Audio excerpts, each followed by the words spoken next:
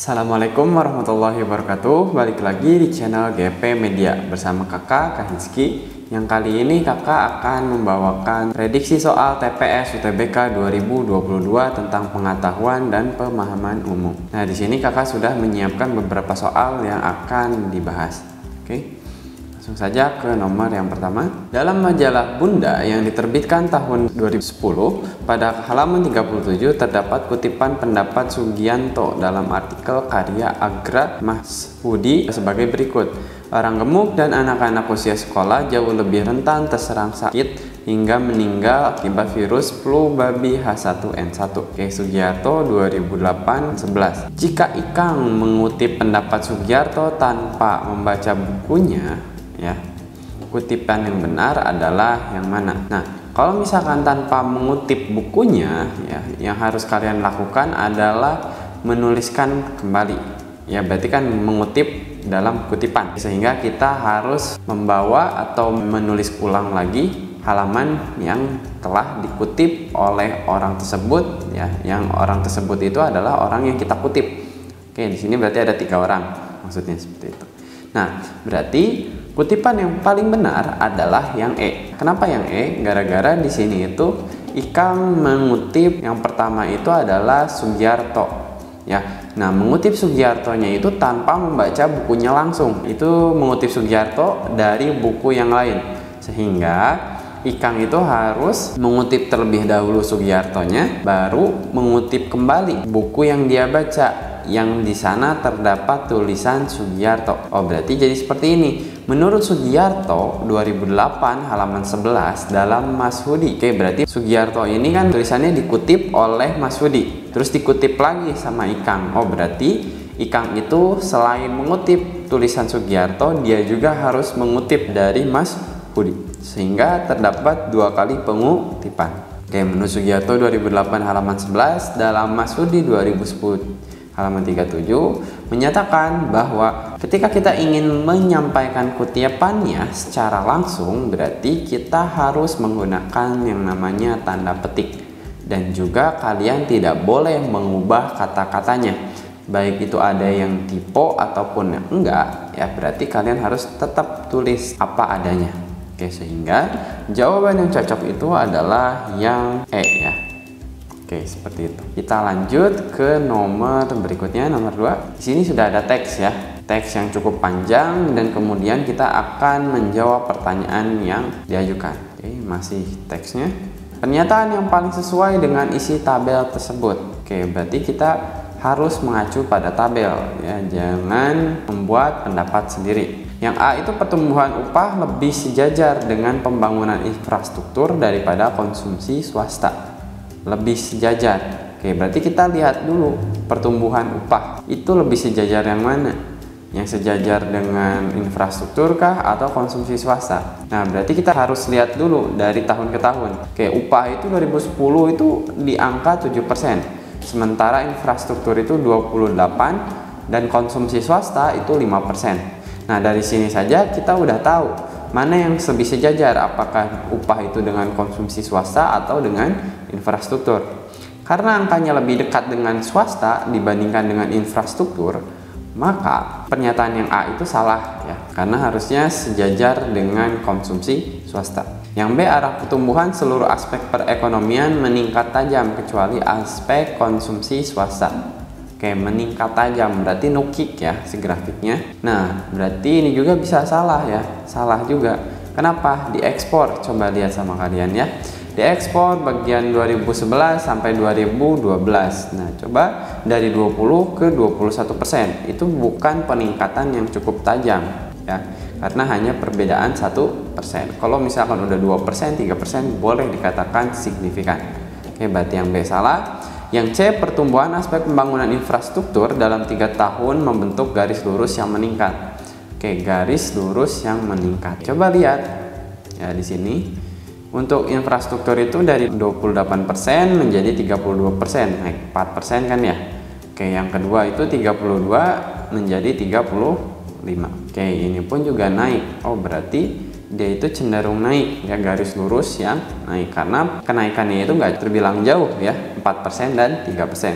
sehingga akan membentuk garis lurus yang naik.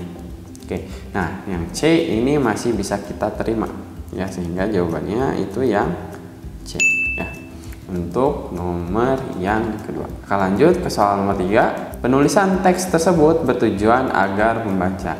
Nah, ketika kita ditanyakan tentang tujuan dari penulis, sehingga kita harus tahu dulu atau membaca seluruh isi paragraf, termasuk juga tabelnya. Dari hasil membaca kita tadi ya, bahwa penulis teks tersebut bertujuan agar pembaca yang mengetahui faktor-faktor yang dapat menunjang peningkatan perekonomian di Indonesia, baik ditinjau secara makro maupun mikro.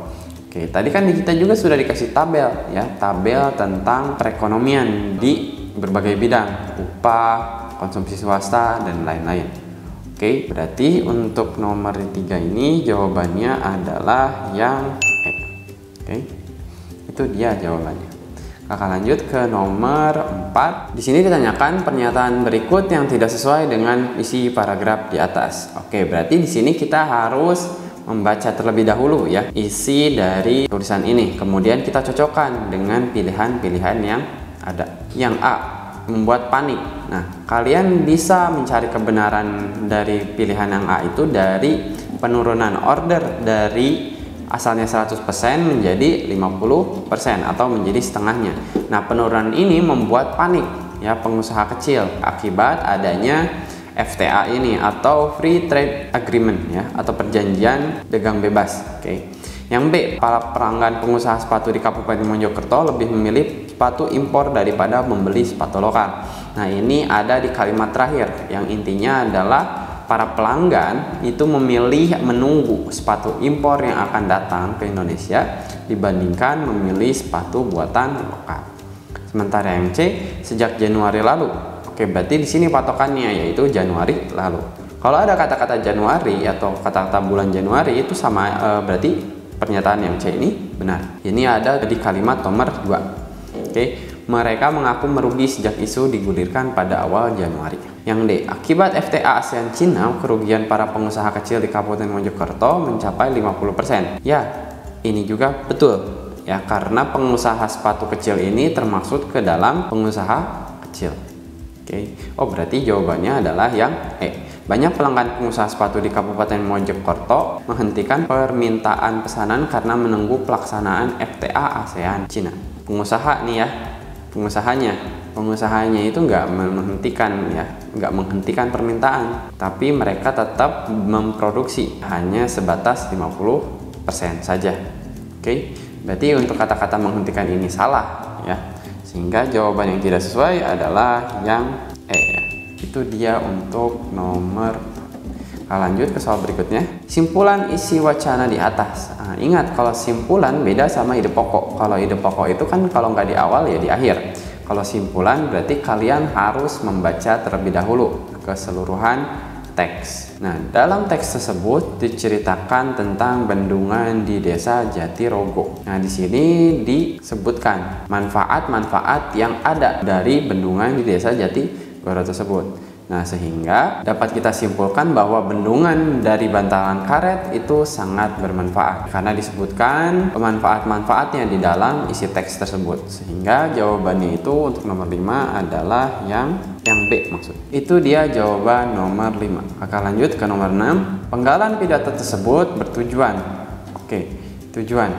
Berarti kalian harus mencari ya kalimat yang sudah spesifik atau sudah jelas. Kebalikannya dari ide pokok. Kalau ide pokok kan itu menyatakan gagasan utama ya, atau kalimat yang bisa dijabarkan kembali. Kalau misalkan tujuan ya berarti sudah spesifik arahnya. Dari pidato tersebut ya, tujuannya adalah kita bisa lihat di bagian akhir.